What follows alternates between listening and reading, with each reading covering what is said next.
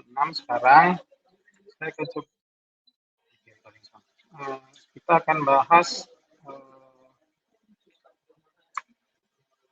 saya akan coba ulang tentang struktur flow control dari algoritma sendiri. Nanti silakan jika Anda ada pertanyaan, silakan diinterrupt di pertengahan sesi presentasi dari saya ya. Oke, suara saya cukup jelas ya? Jelas, Pak. Oke, ya. Oke, yang pertama kita capaian pembelajaran dulu. Jadi Anda harus sudah baca ya ini semua, mampu menjelaskan. Jadi kita belajar tentang struktur dan alur kontrol program ya. Jangan sampai salah ya, struktur dan alur kontrol. Kemudian menyusun alur kontrol sekuensial untuk menyelesaikan masalah sederhana. Jadi nanti ada alur kontrol sekuensial. Kemudian ada yang percabangan ya, alur kontrol percabangan. Kemudian yang terakhir berulangan.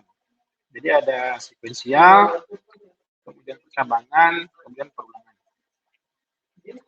Nanti tentu indikator pencapaian kompetensi Anda paham ya, bisa menyusunnya nanti membuat program dalam bentuk sekuensial, percabangan, ataupun perulangan. Ya, harapan kita. Nah, materinya adalah ya dari struktur kontrol itu sendiri ya, struktur alurnya, kemudian sekuensial seperti apa, percabangan, dan perulangan seperti apa. Nah, jadi kalau kita bicara struktur dan alur kontrol program, itu ada 3. Sekuensial, berarti dia berurutan. Gitu ya. Berarti kalau Anda lihat di sini, kan saya kasih ya. Ini dia yang pertama ya. Jadi dia berurutan ke bawah. Jadi bisa kita bilang ini 1, ini 2 gitu ya. Ini 3. Nah, dia berurutan jadi tidak bisa Anda membuat satu buah melangkah ke langkah 2 dulu, tapi belum mengerjakan langkah 1. Nah, itu tidak bisa seperti itu. Jadi artinya sekuensial adalah dia berurutan gitu ya. Berurutan dari 1, 2, 3 dan seterusnya. Nah, itu sekuensial. Jadi berurutan. Nah, sekarang percabangan ya. Jadi itu sudah ada 3, sekuensial seperti itu. Percabangan, berarti ada cabangnya. Ada suatu kondisi di sini namanya, saya kasih K di sini. Kondisi biasanya yang melewati suatu percabangan. Oke, sebentar ya.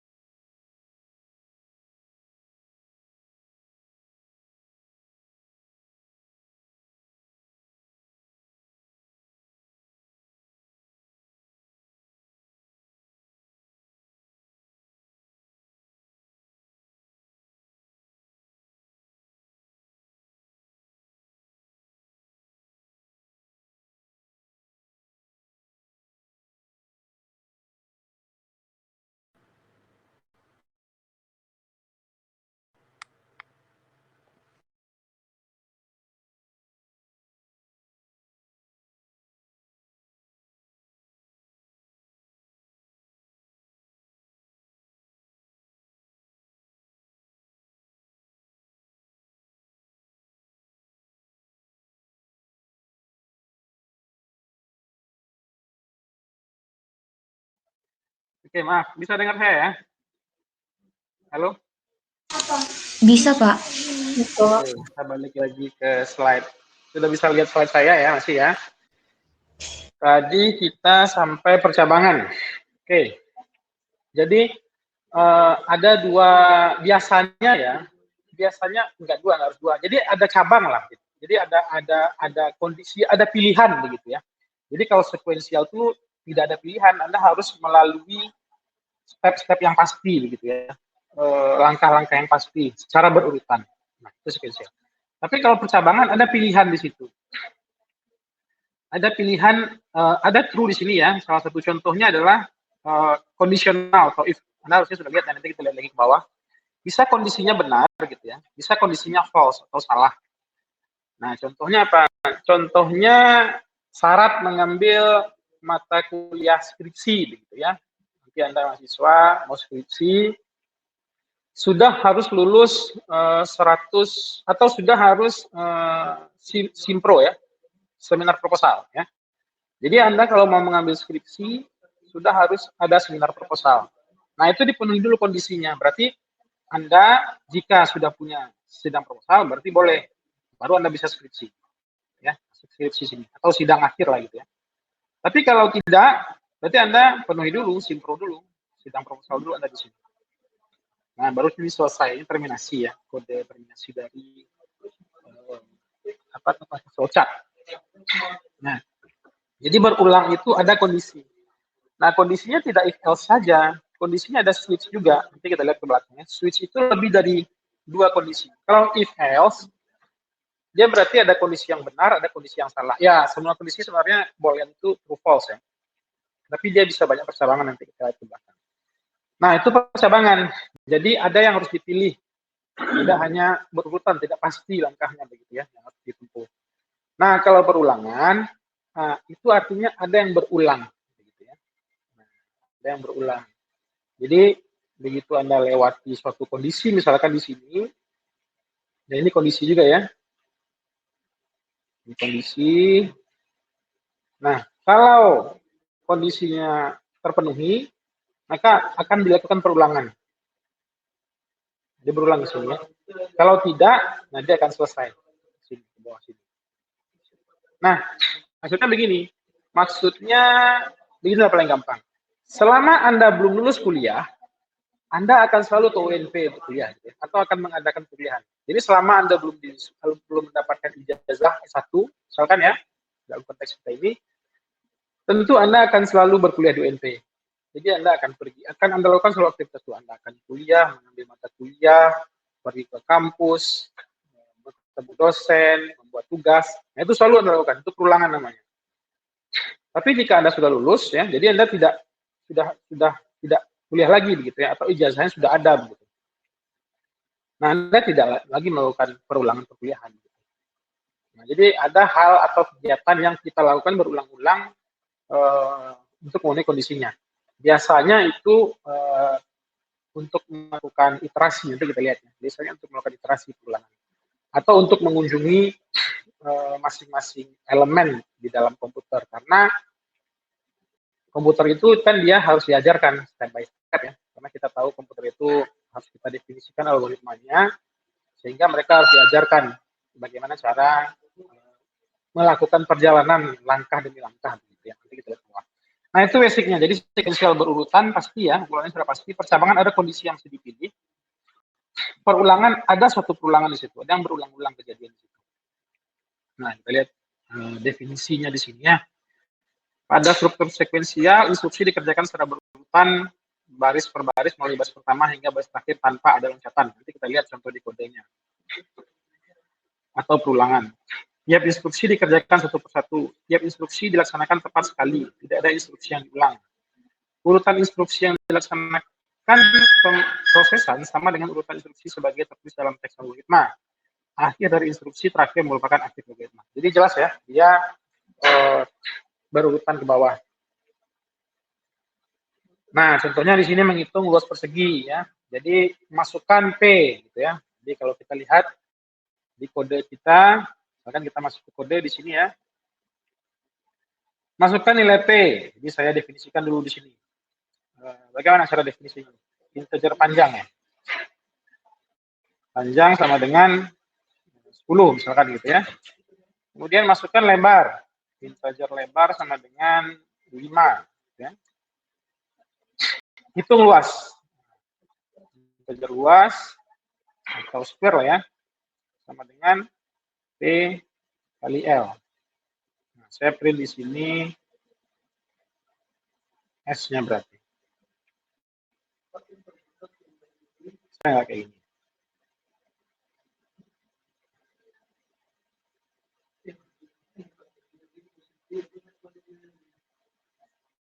Nah, kenapa tuh? Ada yang salah? Siapa yang bisa mencari tahu nih? Di print F-nya nggak ada tanda petik 2-nya mungkin, Pak. Oh, gitu ya. Coba ya, kita tambah ya. Siapa tadi itu? Persen D, gini ya? Gitu ya?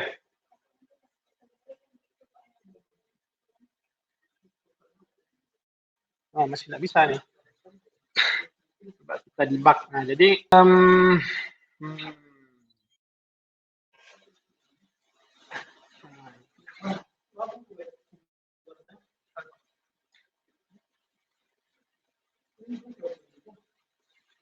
kita coba gini dulu. Nah, harusnya jadi pengantar coding ya, mata kuliah pengantar coding Anda belajar secara teori dan praktek. Jadi prakteknya seperti ini, kita bikin program. Jadi Anda bisa, ini namanya manual debugging ya. Jadi dalam pemrograman itu ada istilah debug. Jadi kita mencoba melihat step-step di mana kesalahan yang kita buat. Nah, ini saya coba step pertama, bisa nggak saya ngeprint F ini, P ini, panjangnya ya. Nah, ini bisa ya, nggak ada masalah P-nya ya. Berarti P-nya bisa muncul. Sekarang saya coba munculkan L-nya. Jadi dari langkah ini sequential ya kita ya. 13, 14, langkahnya sequential. Nah, P-nya muncul, L-nya muncul ya. Jadi kita coba munculkan di atas ini.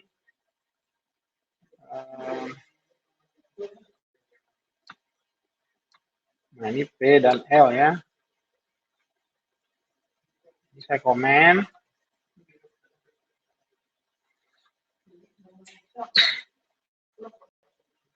Nah, karena tidak ada ini ya, jadi saya kasih print. Tidak ada apa namanya, nilai.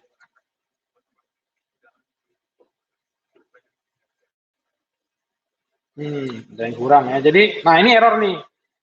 Jadi kalau Anda compile di sini juga bisa keluar error expected ya. Jadi harusnya ada titik koma sebelum print F katanya. Nah, jadi tadi kan saya lupa di sini. Di line 16 ya kalau Anda lihat. Jadi saya tambahkan. Oke ya. Nah, sekarang kita coba kalikan nih, kenapa nggak mau ya. Integer S, coba kita kalikan di sini. Nah, jadi sampai integer S masih jalan nih ya. Tapi begitu kita print integer S, nah itu bisa ya. Jadi tadi salahnya di mana itu? Ada yang tahu?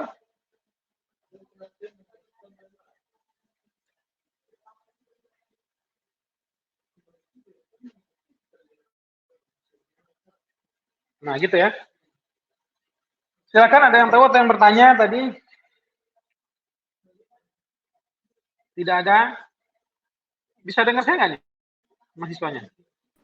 Bisa, Pak. Bisa ya? Bisa, Pak. Jadi saya tidak bicara sendiri.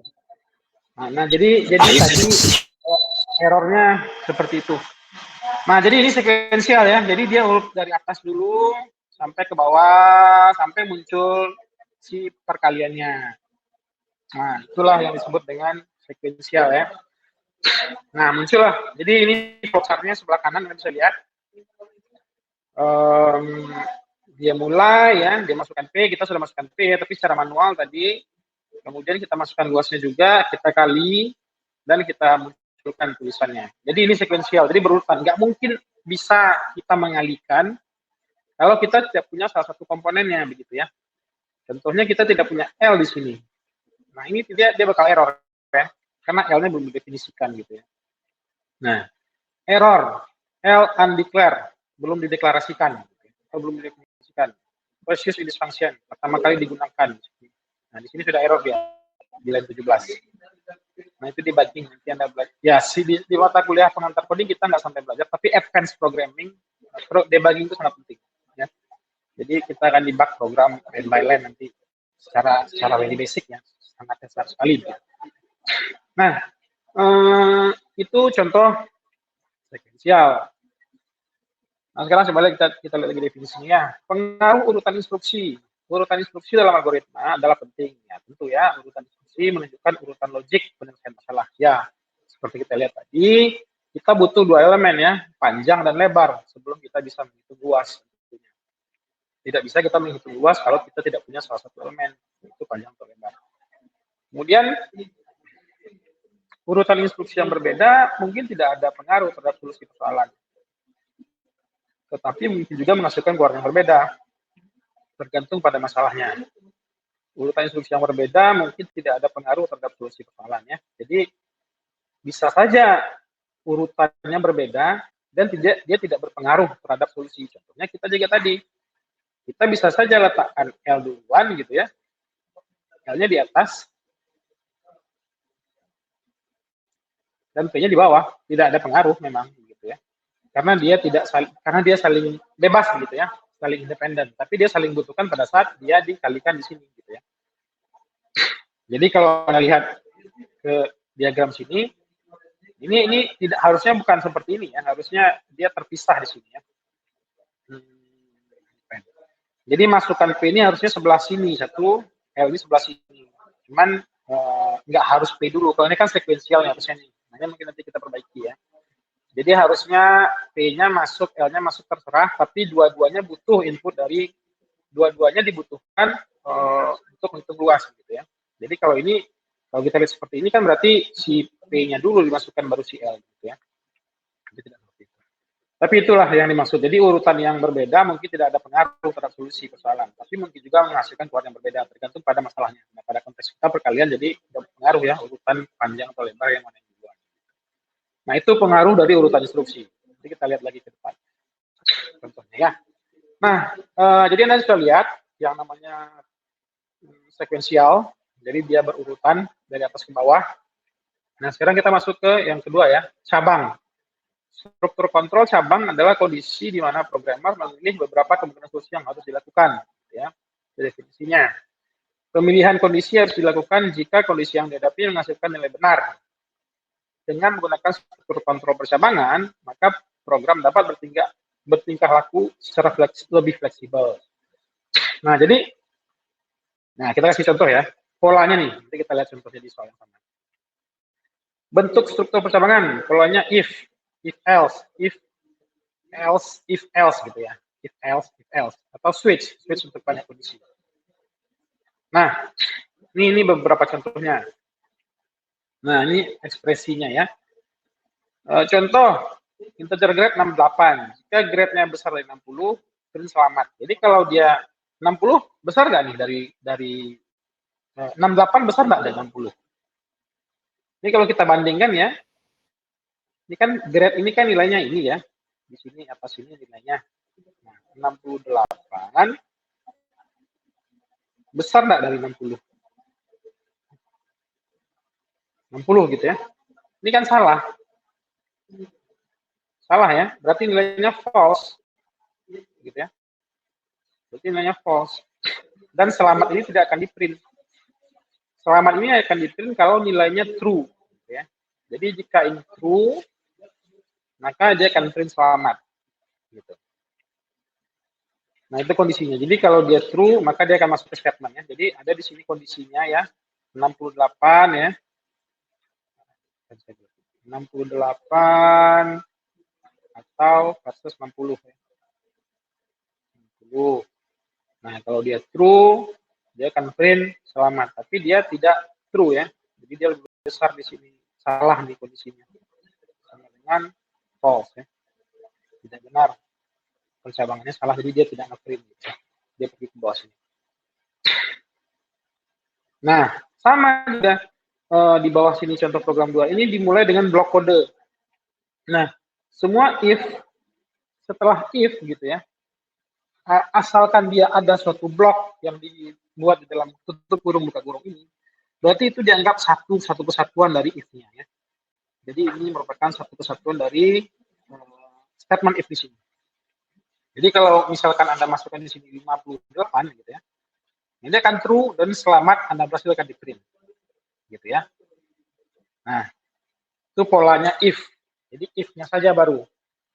Kasih contoh ya. Kita tadi. Nah, kita kasih contoh sekarang perhitungannya luas dan apa namanya keliling lah ya. Nah ya, jadi kita kasih rumus satu lagi, ini untuk luas ya. Kita kasih komen di sini, ini luas. Satu lagi keliling, gitu ya. Integer keliling sama dengan 2 kali P, gitu ya. 2 kali panjang tambah 2 kali lebar ya. Yang masih ingat. Harusnya seperti ini ya.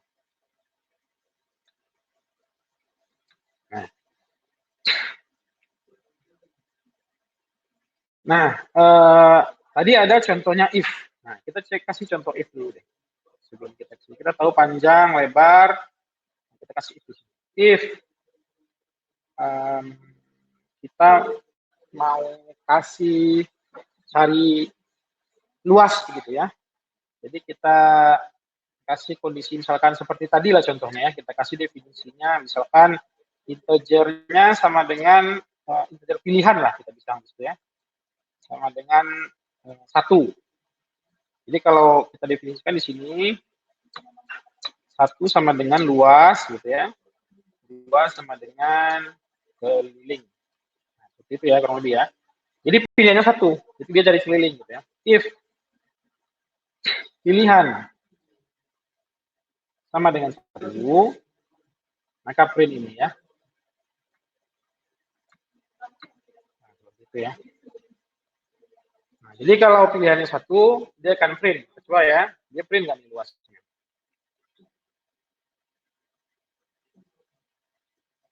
Tidak ada ya, nggak di print luasnya. Oh, di print ya. Nah, di print ya. Berarti dia penuhi sama seperti kondisi yang tadi ya. Jadi dia penuhi kondisi yang ini. Nah, beda kalau Anda kasih pilihannya 2 di sini. Nah, kalau dia dari keliling, nah dia tidak print hasil luasnya, tapi dia print panjang dan lebarnya ya. Panjang dan lebarnya. Biar Anda nggak bingung, saya kasih panjang nih. Panjang dengan lebar sama dengan gitu ya. Nah, ini panjang 10, lebar segitu, luas gitu ya. Nah, jadi karena dia tidak sesuai pilihan atau kondisinya salah, jadi dia tidak eksekusi, jadi dia tidak masuk ke sini. Nah, ini bedanya nih. Kalau Anda, kita kasih satu lagi print di sini ya, print F hello world ya.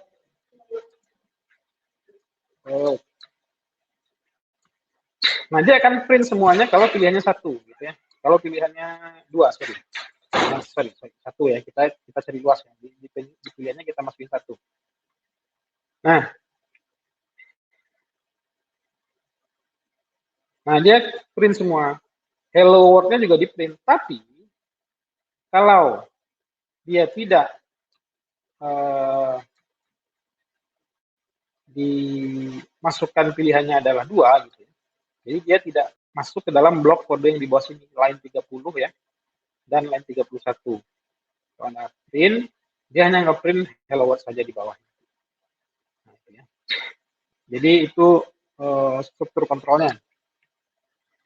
Nah, sekarang kita lihat lagi. Itu yang if ya. Sekarang ada else-nya. Nah, jadi kalau if itu, jadi kalau kondisinya benar, dia akan masuk ke dalam print yang di sini. Kondisi ini benar. Jadi selama kondisi benar dalam if-nya, dia akan masuk ke dalam blok yang di bawah if-nya. Tapi kalau kondisi if-nya salah, dia cek ke bawah. Jadi dia sekuensial di sini. Jadi dia dari sini ya, dicek sini dulu, sekuensial gitu ya. Ini yang pertama, dicek ke sini. Oh, ternyata 68 itu lebih besar daripada 60, berarti ini false. Kondisi ini tidak memenuhi. Nah, dia lompat ke line berikutnya. Jadi line ini tidak dieksekusi ya. Nah, dia cek masuk ke else. Kalau else, selain daripada itu gitu ya. Iya, kondisinya itu selain daripada 60 itu 68 itu lebih besar daripada 60 begitu ya. Misalkan begitu ya. Nah, ini dia lompat ke bawah, maka dia mengeluarkan print. Maaf, Anda gagal. Gitu. Nah, sama dengan inilah, kita kasih contoh di sini ya. Kita kasih else di sini. Nah, kita kasih else. Kita akan masukkan luas di sini ya. Jadi, kalau kita bicara ini ke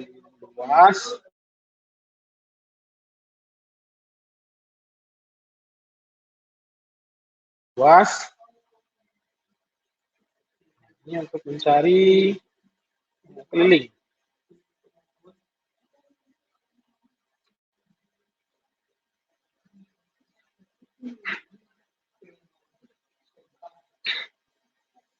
Keliling sama dengan K.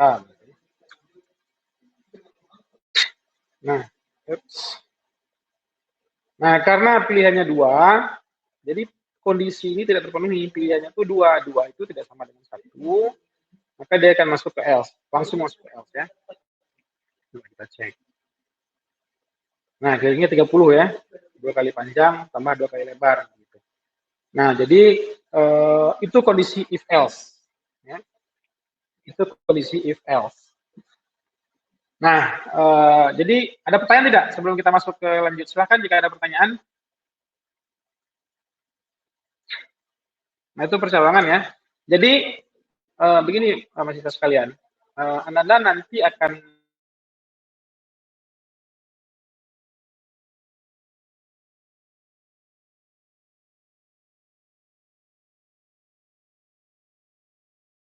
mendapatkan tugas tentunya ya. Jadi saya akan buat, mungkin juga idenya dari Anda nanti kita diskusikan di akhir.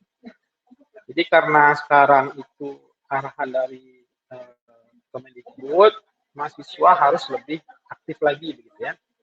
Sekarang model pembelajaran yang digunakan adalah Student Learning Center namanya. Jadi mahasiswa menjadi pusat pembelajaran. Jadi Anda diharapkan lebih banyak jadi lebih aktif begitu. Dosen sebagai fasilitator saja. Nah, nanti tugasnya akan saya bagi kelompok, nanti intinya dari Anda ya. Nanti mungkin setelah UAS nanti, setelah UTS nanti baru kita mulai. Pertama setelah UTS, nanti Anda akan berkelompok membuat program. Ini kan Dev C++ ya, berkelompok. Satu orang akan membuat satu modul yang terlepas dari program yang dibuat secara integrasi. Gitu. Jadi, silakan diperhatikan nanti kemungkinan besar Anda akan menemukan yang namanya kondisi, percabangan, perulangan, itu di sebagian program sampai program besar pun akan ada kondisi seperti itu ya. Jadi program seperti Facebook, Instagram gitu ya, itu ada kondisinya. Ada kondisinya. Nah, makanya itu jadi basic yang perlu Anda pahami nanti. Apalagi Anda di dunia revolusi 4.0 ya, atau society 5.0 nanti, tentu Anda nanti membuat Excel saja bisa pakai kondisi nanti gitu ya. Walaupun Anda tidak harus menjadi seorang programmer, tapi Anda bisa bayangkan nanti Anda disuruh membuat suatu laporan begitu dalam format Excel, Microsoft Excel ya. Anda diminta menggabungkan 2 tabel, tentu Anda harus membuat kondisinya. Nah, di Excel itu juga ada kondisi, sama ya. Jadi ini basic yang bisa dipakai. Jadi kenapa Anda perlu pengantar coding? Tujuannya ke sana nanti. Jadi di masa Anda nanti sudah bekerja, mungkin pengantar coding ini lebih mirip matematika lah gitu ya. Jadi kayak Anda harus tahu cara mengalihkan, membagikan sesuatu gitu ya, menjumlahkan, mencari rata begitu ya, sama seperti itulah. Semua orang sudah terbiasa. Jadi Anda saya harapkan sangat dimohonkan perhatian Anda di percabangan terutama perulangan gitu ya, karena sangat penting nantinya untuk Anda ke depan. Jadi silakan jika ada pertanyaan sebelum saya lanjut ya. Silakan. Ada pertanyaan?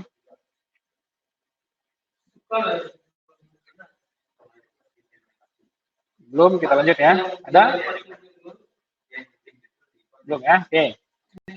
Nah, if else sama ya. Jadi dia akan berulang ke bawahnya begitu ya.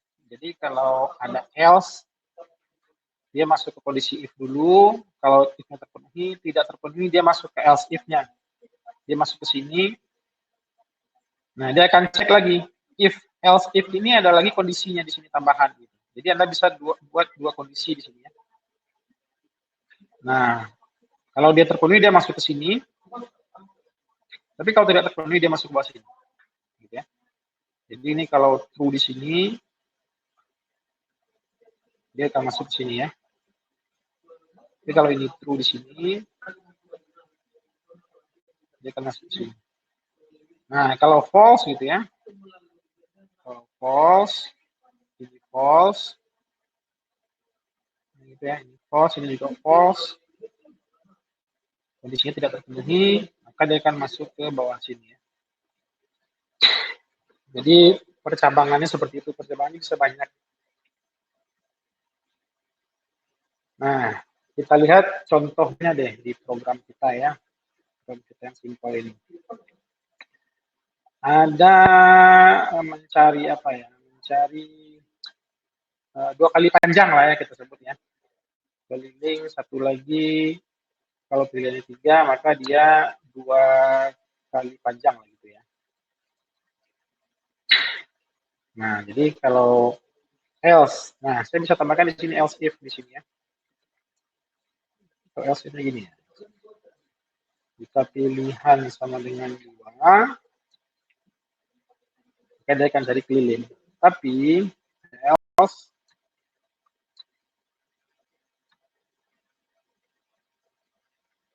ini kita copy aja ya.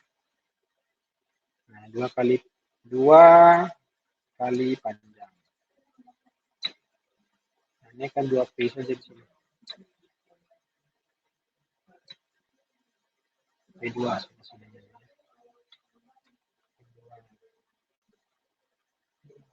2 kali panjang. Jadi kalau Anda pilihannya 3, ya berarti dia ke bawah ya. Dia akan ngeprint 2 kali panjang. Before print F. Di sini ya. Ini Anda bisa lihat ya.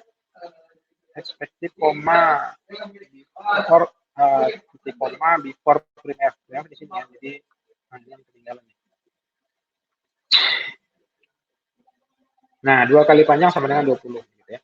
Jadi dia ngecek dari atas tidak ada. Pilihannya 3. Sedangkan di sini adalah akan dieksekusi atau dilakukan jika pilihan 1. Oh, ini salah, false. Dia cek lagi ke bawah.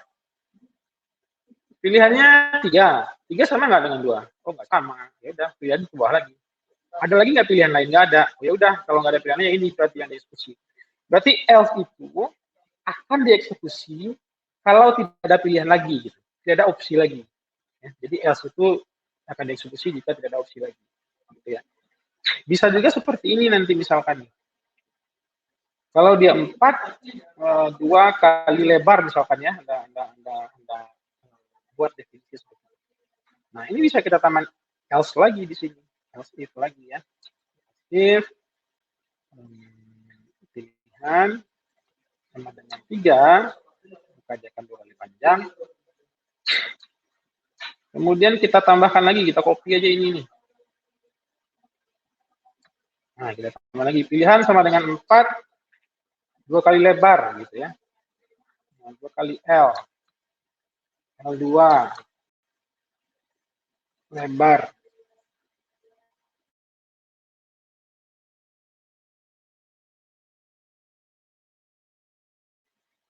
Kita kasih keterangan. Pilihan tidak memenuhi kondisi manapun. Nah, jadi kalau pilihannya selama pilihannya masih 1, 2, 3, 4 itu masih ada. Tapi kalau Anda pilih 5, jadi akan masuk ke bawah ya. Tidak ada pilihan lain.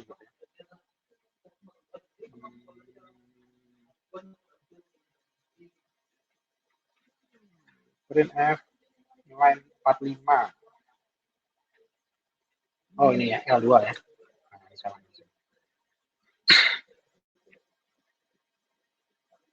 Nah, pilihan tidak memenuhi kondisi manapun. Jadi karena pilihan Anda adalah 5 tadi ya. Pilihan di sini yang diinputkan 5, jadi dia tidak memenuhi kondisi manapun. Nah, inilah namanya sekuensial. Nah, kita masuk lagi ya ke switch, nggak ada di sini ya. Nah, ini switch. Jadi ini kesalahan-kesalahan sebelum kita masuk switch. Kesalahan-kesalahan dalam menggunakan operator if. Kondisi pada statement if bukan merupakan nilai integer. Menggunakan sama dengan bukan sama dengan 2 tadi ya. Jadi yang seperti ini itu sama dengannya ada 2.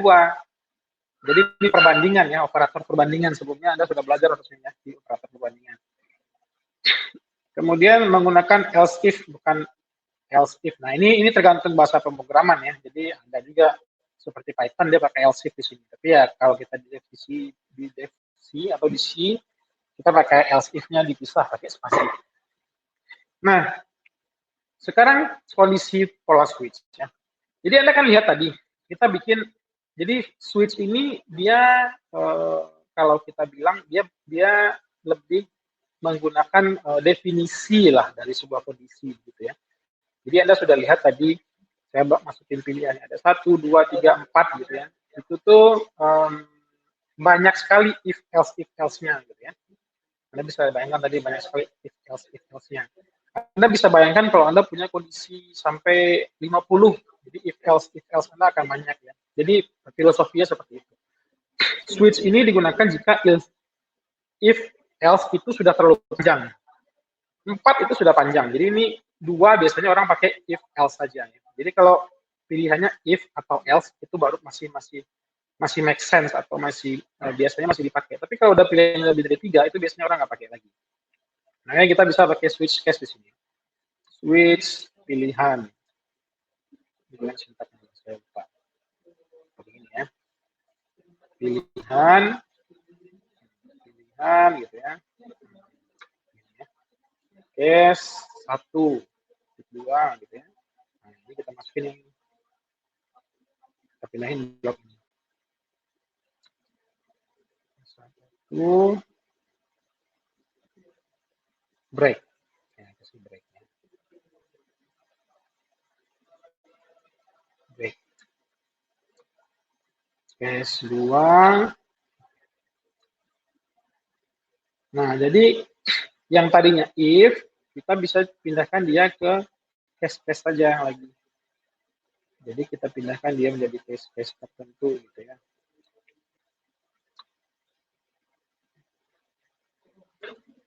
Nah, yang pasti diperhatikan adalah setiap case ada break-nya. Kalau enggak, dia akan lanjut nanti ke bawahnya. Jadi kalau Anda tidak kasih break, nanti dia lanjut ke bawahnya. Nah, begitu juga dengan case 3, pilihan 3 gitu ya. Pilihan 3, ini dia pilihan 3 itu kita cari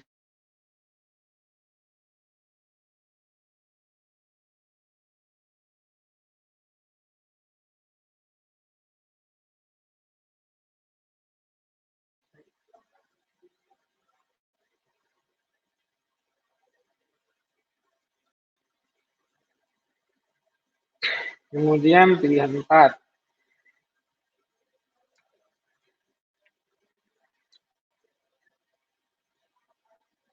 Pilihan 4 supaya lebar.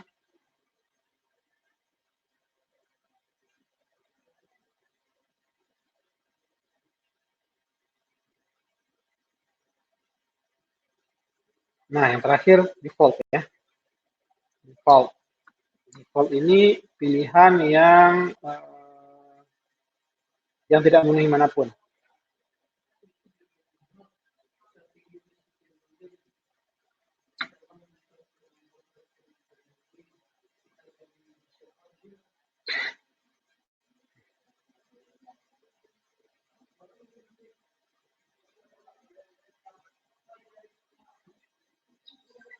Break juga ya? Enggak. Jadi default nggak pakai break. Nah, jadi kondisi yang panjang ini dari line 63 sampai line 90 ya, ini bisa digantikan dengan lebih ringkas di sini. Switch case. Nah, coba kita jalankannya. Ini saya kasih komen.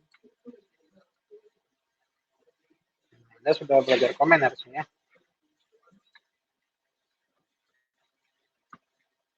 Nah, itu komen. Kita coba kapan ya. Pilihan kita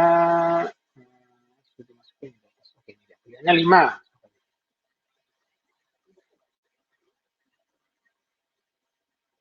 Nah, tidak memiliki kondisi manapun ya. Sekarang kita masukin pilihan kita 2. Nah, dia cari keliling ya, 2. Cari keliling di sini, case-nya 2. Kemudian pilihannya sama dengan 1.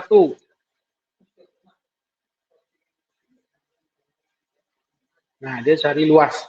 Jadi, cache atau switch itu dipakai pada saat biasanya ya, pada saat itu sudah lebih dari 3 atau 3 lah, biasanya 3 itu sudah pakai switch cache gitu ya. Sudah ada 3 pilihan, itu sudah pakai switch cache. Nah, jadi itu gunanya switch cache. Jadi dia lebih rapi ya. Kita bisa lihat cache-cache-nya lebih rapi dibandingkan dengan if else ini. Dia lebih bertumpuk di sini ya. If else, if else, if else, if else, if else gitu ya. Jadi else nya kebanyakan gitu. Nah, dan juga dari sisi pemrograman, if else itu tuh dia akan mengeksekusi setiap kondisi gitu. Dia akan melihat atau mengecek setiap kondisi. Jadi pekerjaan yang Anda bisa bayangkan ya, kalau kita ada berjejer 10 orang ke belakang begitu ya, saya masih tanya nih namanya nih. Siapa yang nomor, atau 10 orang lah ya, tapi pegang nomor urut gitu ya. Atau Anda semua lah, saya mesti tanya nama Anda satu-satu gitu, atau NIM Anda gitu ya. Nah, itu kan makan waktu lama pekerjaan saya gitu. Kan bisa saya bilang, siapa yang namanya Andi? Anda tinggal tunjuk tangan. Nah, itu lebih simpel kan. Nah, begitu juga dengan komputer. Kalau kita pakai if else itu lebih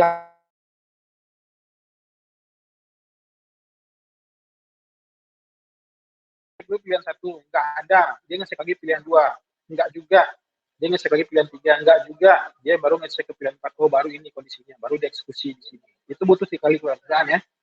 Sedangkan di sini, dia langsung pilihan berapa? Pilihan 3 gitu, atau pilihan 4 gitu. Dia langsung masuk ke kondisinya, cache, masuk ke 4 langsung. Dia lewati 2, 3, dan dia langsung 4. Nah, itu lebih cepat di sisi optimasi pemrogramannya. Gitu. Nah, itu terkait dengan switch cache ya. Jadi dia biasanya digunakan untuk kondisi yang lebih daripada 2. Nah, itu switch cache.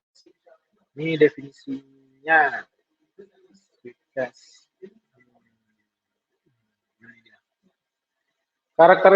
Karakteristik perintah switch. Perintah switch akan menyelesaikan kondisi yang diberikan dan kemudian membandingkan hasilnya dengan konstanta-konstanta yang ada di cache. Jadi yang 1, 2, 3, 4, 5 tadi ya.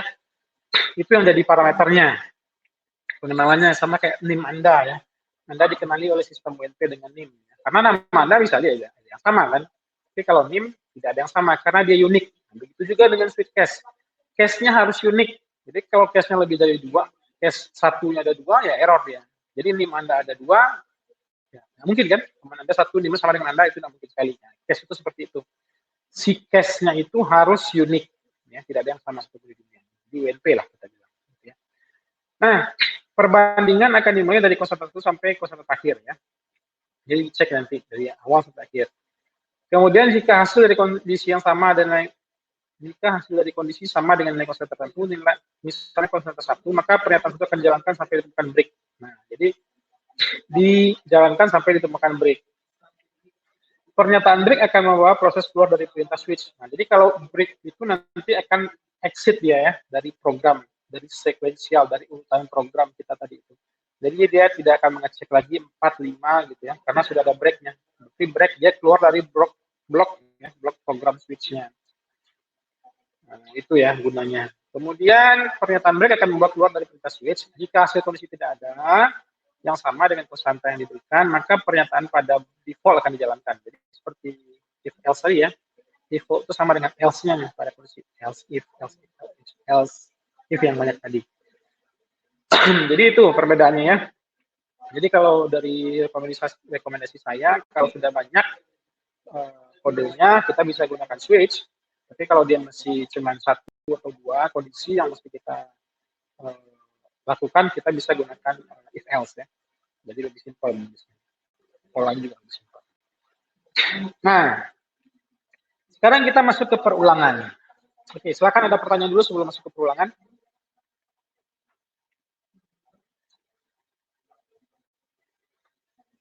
Silakan. Tidak ada pertanyaan. Oke, saya izin sebentar ya ke toilet ya. Nanti silakan disiapkan pertanyaan. Kalau tidak ada, nanti saya yang tanya ya kepada Anda ya. Oke.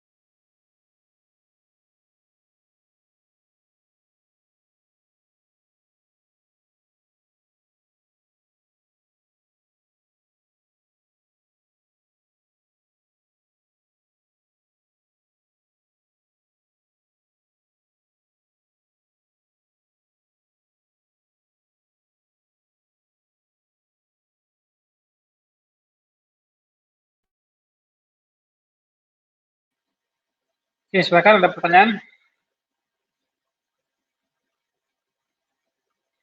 Tidak ada pertanyaan? Oke, coba kita kasih bonus pertanyaan. Jadi kita buka portal.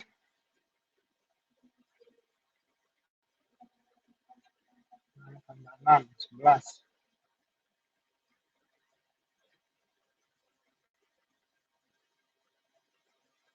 Nah, kita lihat ya. Mahasiswanya ada siapa saja di sini.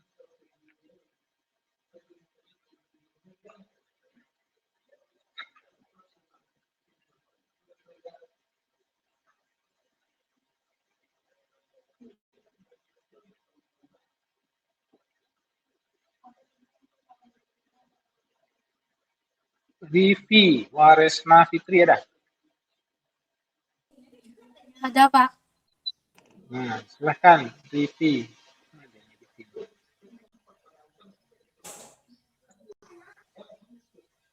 Ada yang mau ditanyakan Vivi, silahkan. Belum ada, Pak. Oke, berarti Anda sudah paham ya tentang, bisa jelaskan lagi ke kita semua nggak nih? Apa bedanya sekuensial dan percabangan? Kalau sekuensial itu, Pak, harus berurutan. Harus kita selesaikan yang pertama dulu, baru kita bisa loncat ke rumus yang kedua. Tidak bisa langsung ketiga atau dua terlebih dahulu. Kalau misalnya pertanyaannya percabangan atau yang perulangan lagi, Pak? Percabangan dulu. Kalau yang percabangan itu ada dua kondisi yang atau ada dua pilihan yang bisa kita gunakan. Selain dua pilihan ada apa saja si percabangannya? Ada, kalau lebih dari dua biasanya kita pakai apa? Kalau lebih dari dua kita pakai switch, Pak.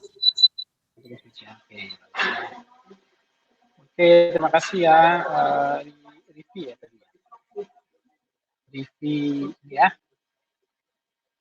Rivi Warenda ya.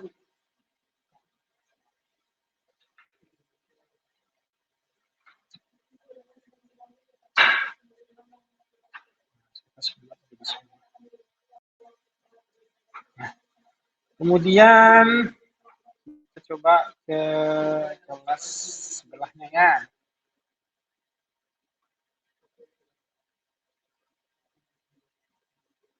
Coba tadi perempuan ya, sekarang laki-laki ya.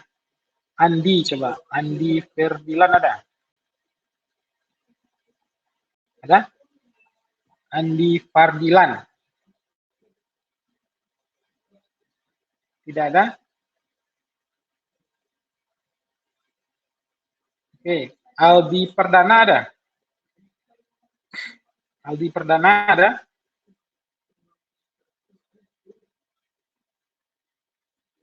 Tidak ada juga. Coba M. Iksan, ada M. Iksan? Ada, Pak. Coba M. Iksan, silakan jelaskan perbedaan percabangan dan sekuensial. Kalau iya, Pak. Silakan. Kalau substansial itu, Pak, harus berurutan, Pak. Tidak bisa dilompat-lompatkan, Pak. Kalau percabangan itu memiliki data yang lebih, Pak. Kalau di switch, Pak. Kondisi ya, ada kondisinya ya. Iya, Pak. Oke, ya, jadi itu ya kesimpulannya ya. Jadi sudah ada kondisi kalau sekuensial berurutan, kalau percabangan ada kondisi.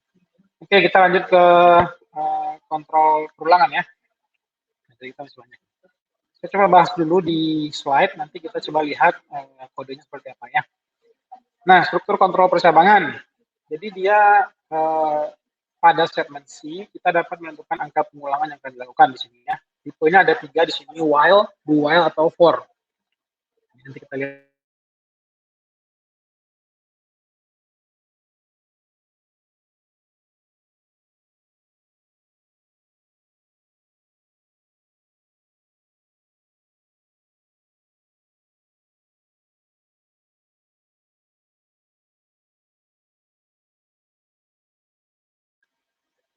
Bisa dengar suara saya? Baru kedengaran nih, Pak. Oke, sorry. Oke, kita ulang lagi ya. Jadi sekarang kita masuk ke kontrol while, kontrol program while, kontrol program perulangan.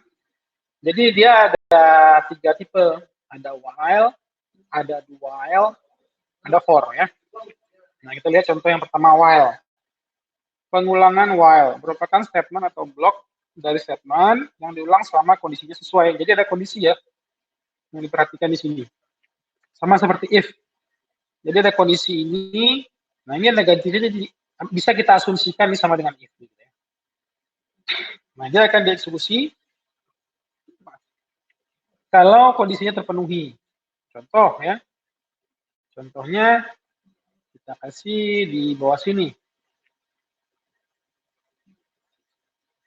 While kita kasih integer perulangan ya, ulang 10 kali gitu ya, banyak perulangan 10 kali gitu ya. Kasih while banyak perulangan kecil dari 10, kita akan print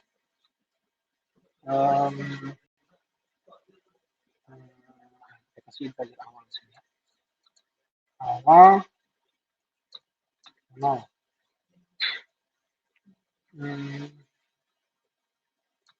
Awal sama dengan awal plus 1. Awal sama dengan persen D awal. Nah, jadi ini while. Kita akan menjumlahkan awal ini sampai 10 kali penjumlahannya. Gitu ya. Dia dimulai dari 0. Nah, kita print juga awalnya di sini sebelum dijumlahkan dan setelah dengan dijumlahkan ya. Awal sesudah dijumlahkan.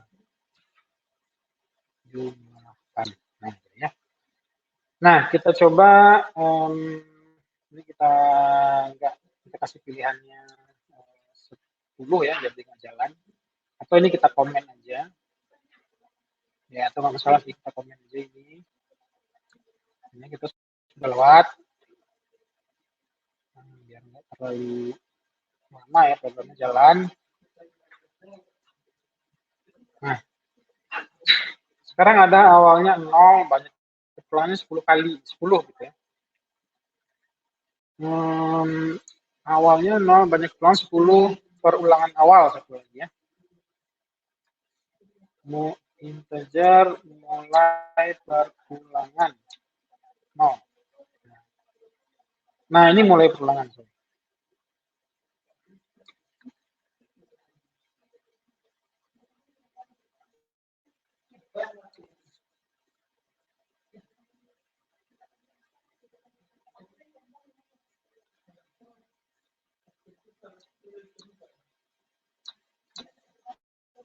Nah,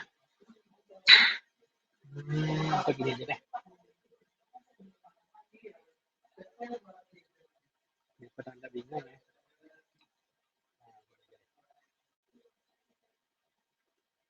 Nah, gitu ya.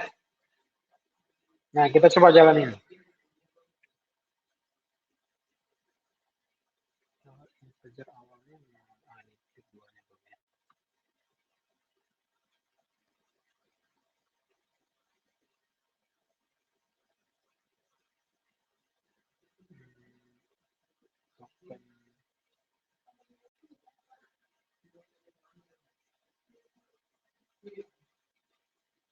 Oh, di situ.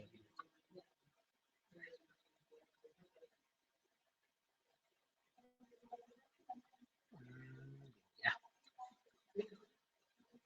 With line.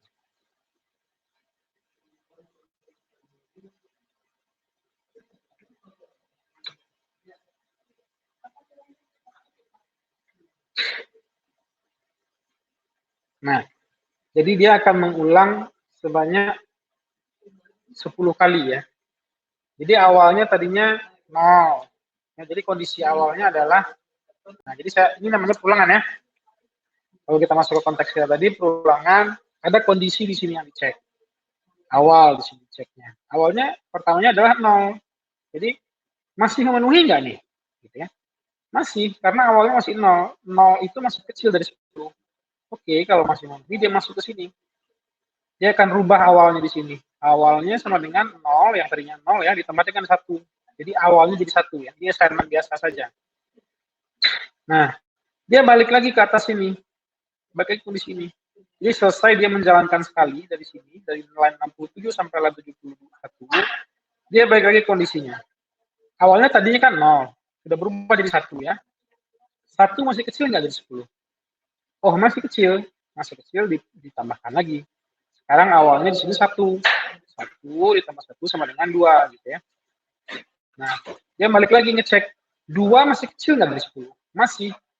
Nah, sekarang dia lakukan lagi. Oke, 2 ditambah 1 sama dengan 3 gitu ya.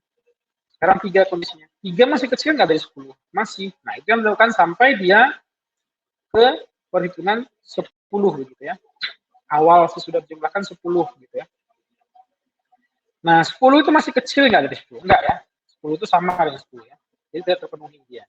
Nah, baru dia keluar ke print yang berikutnya, yang terakhir yaitu hello world yang di sini. Baru dia melanjutkan. Nah, itulah yang namanya perulangan. Jadi dia melakukan suatu hal yang berulang-ulang di sini. Awal di sini kondisi yang ulang adalah awal ini. Awalnya ini ditambah dengan 1 selalu gitu ya. Sebanyak 10 kali. Jadi yang awalnya nilainya tadi 0, jadi terakhir nilainya adalah 9 ya di sini ya. Sudah dijumlahkan sudah 10 di sini ya. Sudah jumlahkan awalnya di 10. Karena dia banyak diulangnya 10 kali gitu ya. Nah, itu while loop. While ya, while looping ya. Istilahnya while loop kalau di programming. Nah, statement di dalam perulangan while akan diikuti selama ekspresi bernilai true ya. Jadi si awalnya tadi selama masih lebih kecil dari 10 dia akan diulang terus. Nah, itulah perulangan while. Nah, ini contohnya kita juga sudah sampaikan kepada dia. Jadi ini X-nya ditambah. Nah, ini bedanya. Nah, ini kan Anda lihat nih X plus plus ya. Nah, ini saya coba tambahkan juga.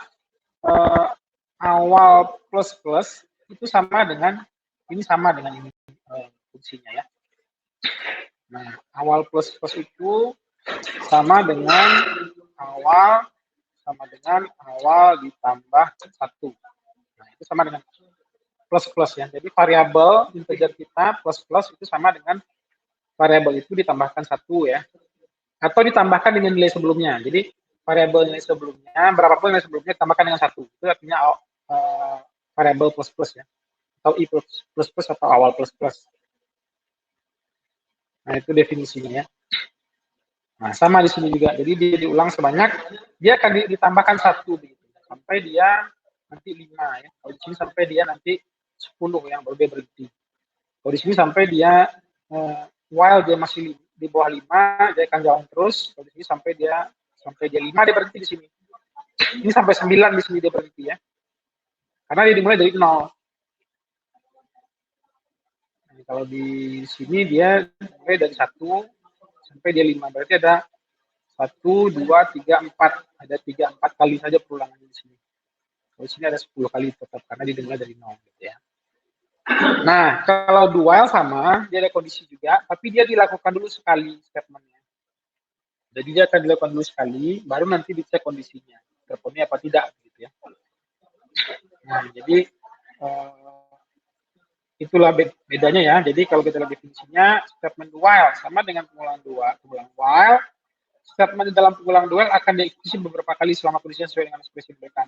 Hal utama yang membedakannya adalah statement di dalam pengulangan itu dieksekusi 1 kali ya. Minimal dia akan dieksekusi 1 kali. Nah, ini ada penjelasannya. Jadi kalau kita lihat contoh kita ini, kalau kita rubah dia ke do while, bisa juga ya. Kita tinggal tambahkan seperti ini. Do while gitu ya. While kayak gini ya konsepnya ya. Do while awal kecil dari 10. Integer awalnya sama dengan 0 ya tetap ya, kita kan. Nah, ini kan sama. Nah, Anda bisa saja di sini masih 1 ya, tapi dia akan eksekusi langsung sekali. Gitu. Jadi kalau kita komen ini,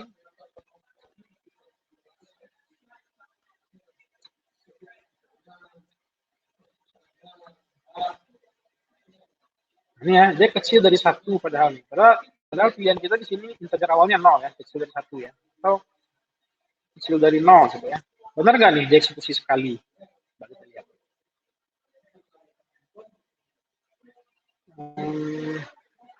Before printf.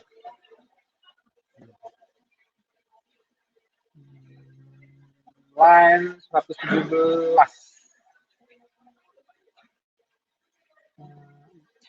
117. Oh, di sini. Oh, ininya ya pakai titik koma.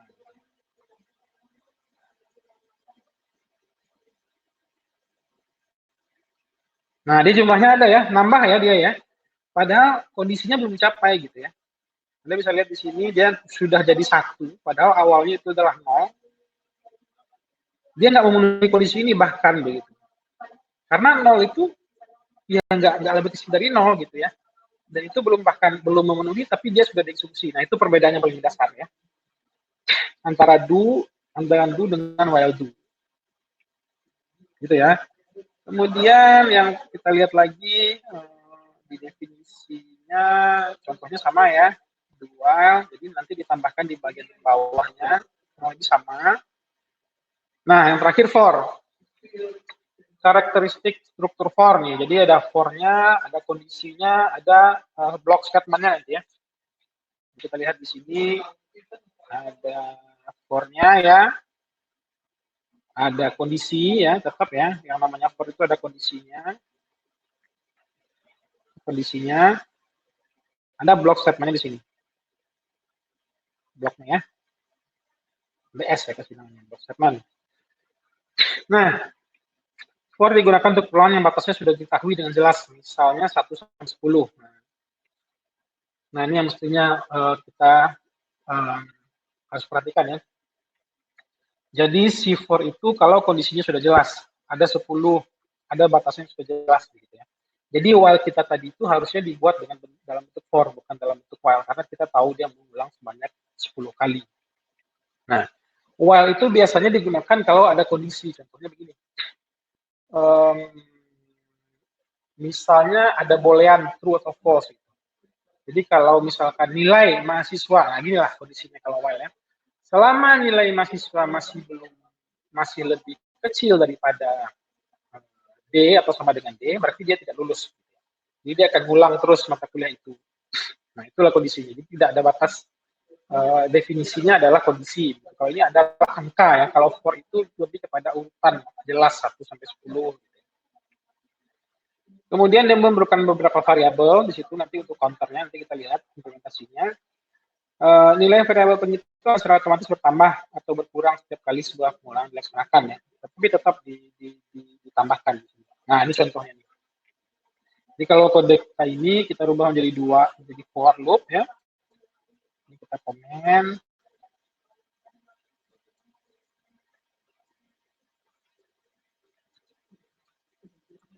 Nah, for.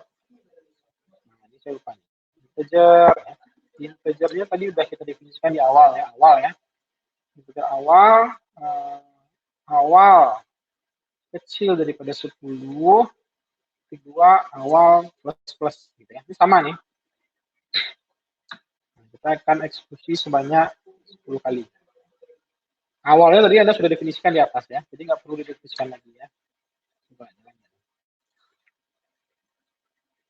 line 87 ya. Before close. Awalnya kita coba pindahkan.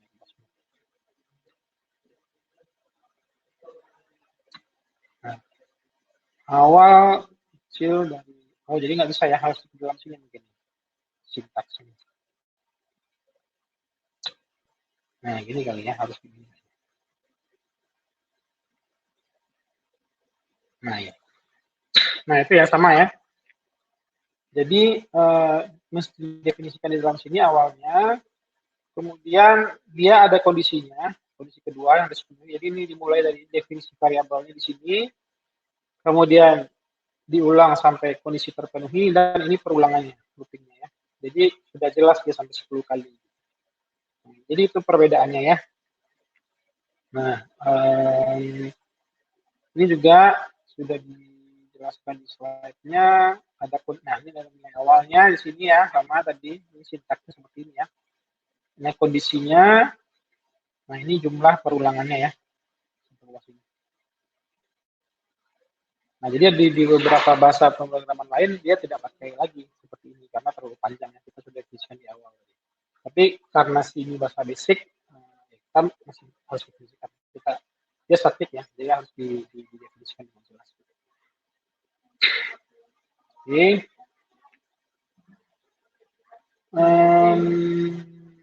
Nah, pengulangan for. Beberapa variasi yang mungkin pada struktur kontrol perulangan ya. Tidak hanya increment penambahan dengan, tapi juga decrement pengurangan. Increment atau decrement dengan nilai pencacah lebih dari 1 ya. Penggunaan perintah break juga bisa, penggunaan perintah continue juga bisa. Jadi bisa gini kita bikin. Bisa awalnya 10 gitu ya. Awalnya itu sama dengan 0 kita kasih di sini. Awalnya minim. Nah, ini kebalik nih kalau begini. Dari 10 dulu dia. Oh, ini masuk ya. Awalnya 10. Awalnya sama dengan awalnya minim. Oh, awalnya kurang di sini ya. Kita nggak perlu lagi ini. Berarti kita print awalnya aja.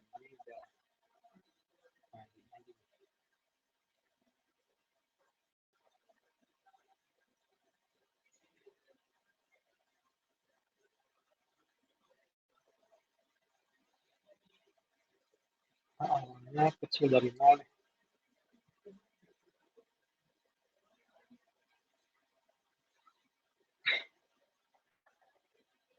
Awalnya dikurangin dengan 10 ya. Ini kenapa dengan 10?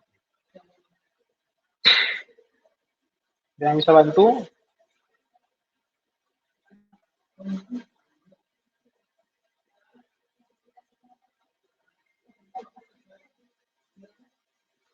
Nah, kenapa nih? Coba bisa dibantu saya.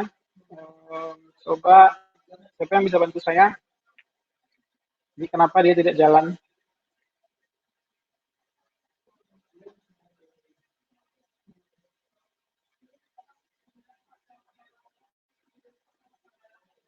Ini kebalik ya.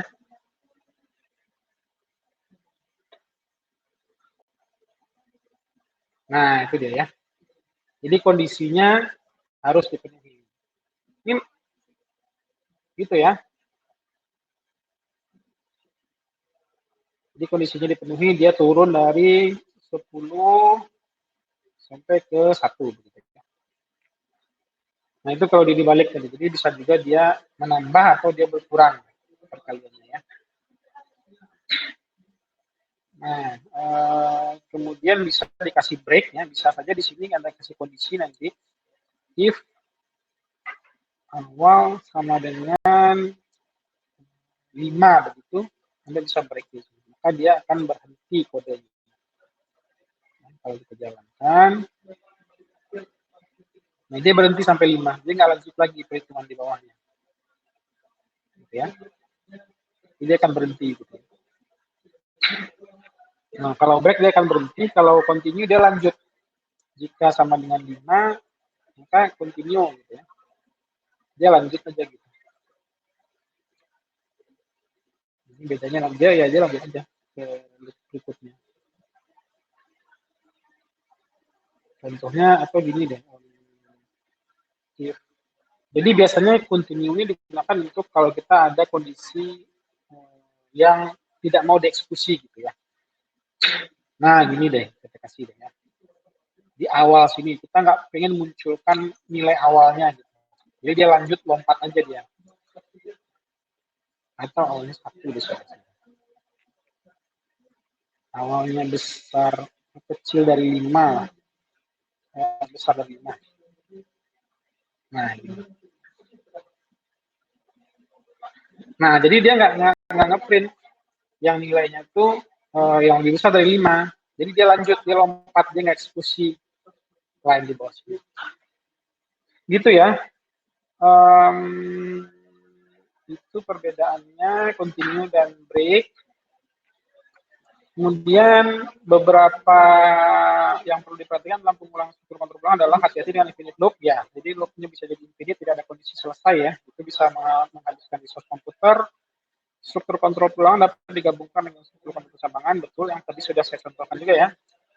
Di sini kita kasih if, ya. Jadi dia nggak ngeprint 10 sampai 6, tapi kalau sudah 5 baru dia ngeprint. Jadi kalau continue dia lanjut ke atas lagi. Jadi yang di bawah sini nggak ada eksekusi lagi, gitu ya. Kemudian ketiga struktur tersebut dapat saling menggantikan, betul ya. Jadi bisa dipakai ya bisa saling memenuhi lah ketiganya. Jadi terserah nanti kita pilih yang mana ya, salah satu dipilih. Kemudian pemilihan struktur kontrol sesuaikan kebutuhan. Ya biasanya kalau yang sudah pasti pakai for, yang harus dieksekusi sekali pakai do while, yang ada kondisinya pakai while. Nah, ini breaknya kita sudah lihat juga tadi. Nah, ini kesimpulannya. Jadi ada 3 bentuk struktur kontrol ya. Ada sequential, percabangan dan perulangan. Kemudian struktur kontrol sequential merupakan struktur saja terurut ya, sistematis. Percabangan ada kondisinya, sedangkan ya ada percabangan ya, kontrol percabangan ada kondisi percabangannya. Perulangannya ada hal yang diulang begitu ya. Ada 3 bentuk, while, do while, dan for. Kemudian ada perintah-perintah khusus ya seperti break dan continue.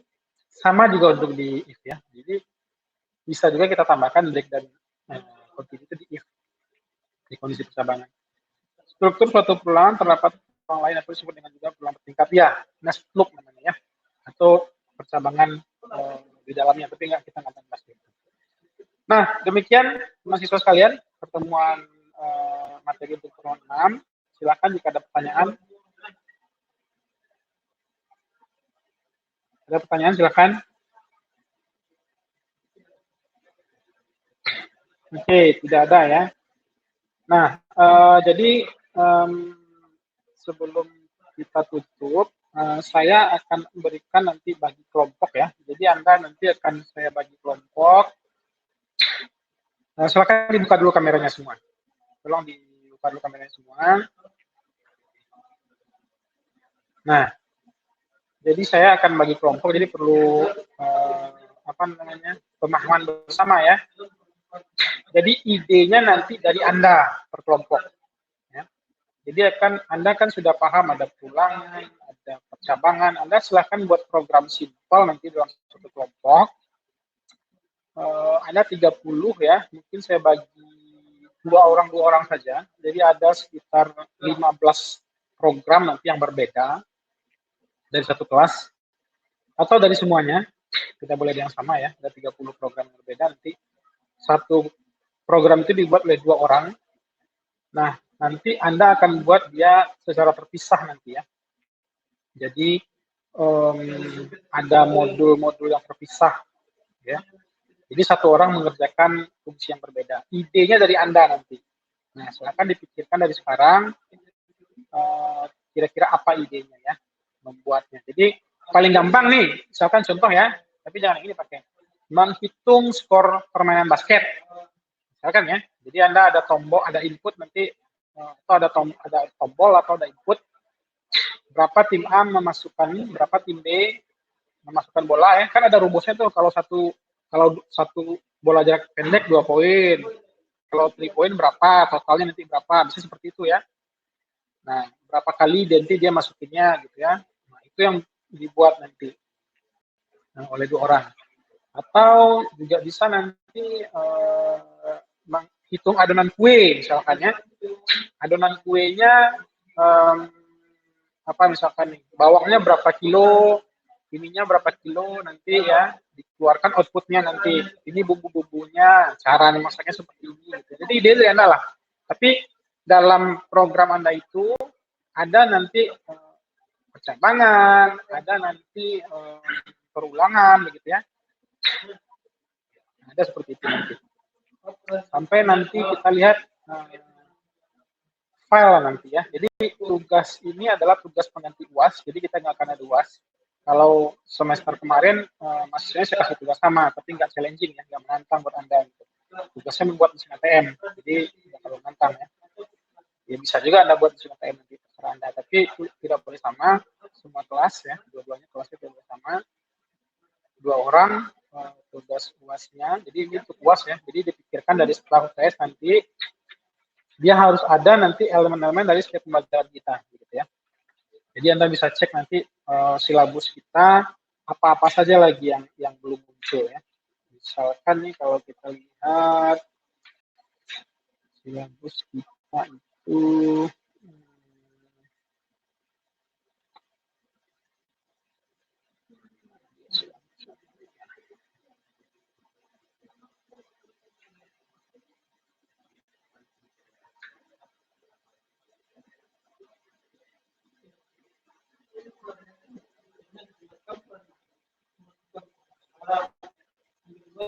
ini ya. Jadi nanti ada perulangan, pencabangan, membaca input gitu ya. Inputnya dimasukkan di terminalnya begitu ya, di layar hitamnya ya. Ada operasi agak string juga nanti tentunya. Ada string juga nanti, kemudian ada array, nanti kita lihat array seperti apa. Jadi array itu untuk menyusun ya. Ada operasi array juga nanti di sana, tentunya harapan saya nanti ada array juga. Kemudian ya Anda perhatikan di sini nanti. Ini di file encounter di teori. Kata-kata fungsinya. Ada fungsinya ya terpisah nanti kita lihat kata-kata fungsi. Kemudian ya ini juga teori desainnya. Kata-kata misalnya dari pengurutan data, kejelasan, pencarian. Nah, jadi dia bisa sorting juga nanti, sorting atau searching ya. Jadi Anda nanti tugasnya ada perulangan, sorting ini gini nanti, dia bisa dicari nanti. Jadi di dalam tugas Anda itu nanti, misalkan nih, meranking satu tim basket gitu ya. Bisa dicari nanti tim basketnya yang mana, diurutkan nanti berdasarkan namanya atau berdasarkan jumlah poinnya nanti gitu ya. Jadi silakan dicari idenya. Tugas besar Anda itu ya mengganti UAS, jadi kita nggak akan ada UAS. Jadi dia ada sourcing, ada searching, bisa dicari nanti si programnya begitu ya. Si tim basketnya misalkan kalau idenya berhubungan dengan permainan basket, olahraga basket begitu ya. Nanti ada pencarian lagi, ada pengurutan, ya file satu lagi mungkin nanti ya. Dia bisa disimpan di dalam bentuk file. Jadi kalau program kita itu mati, sekarang kan kalau program kita mati ini kan nggak bisa disimpan data-data kita. Nah harapannya nanti salah satunya nanti di program itu bisa disimpan datanya nanti. Jadi seperti tim basketnya punya poin berapa, nanti kita lihat file ya. Anda bisa lihat file nanti. Jadi itu tugas UAS nanti ya. Jadi silahkan dipikirkan idenya, nanti pertemuan setelah UAS harapan saya sudah ada muncul ide, kita bikin nanti listnya, daftar idenya, 2 orang nanti saya bikin random kelompoknya habis ini pertemuannya, nanti saya posting di e-learning, baru nanti Anda mulai berpikir berdua, apa kira-kira ide yang Anda bakal buat begitu. Silakan jika ada pertanyaan.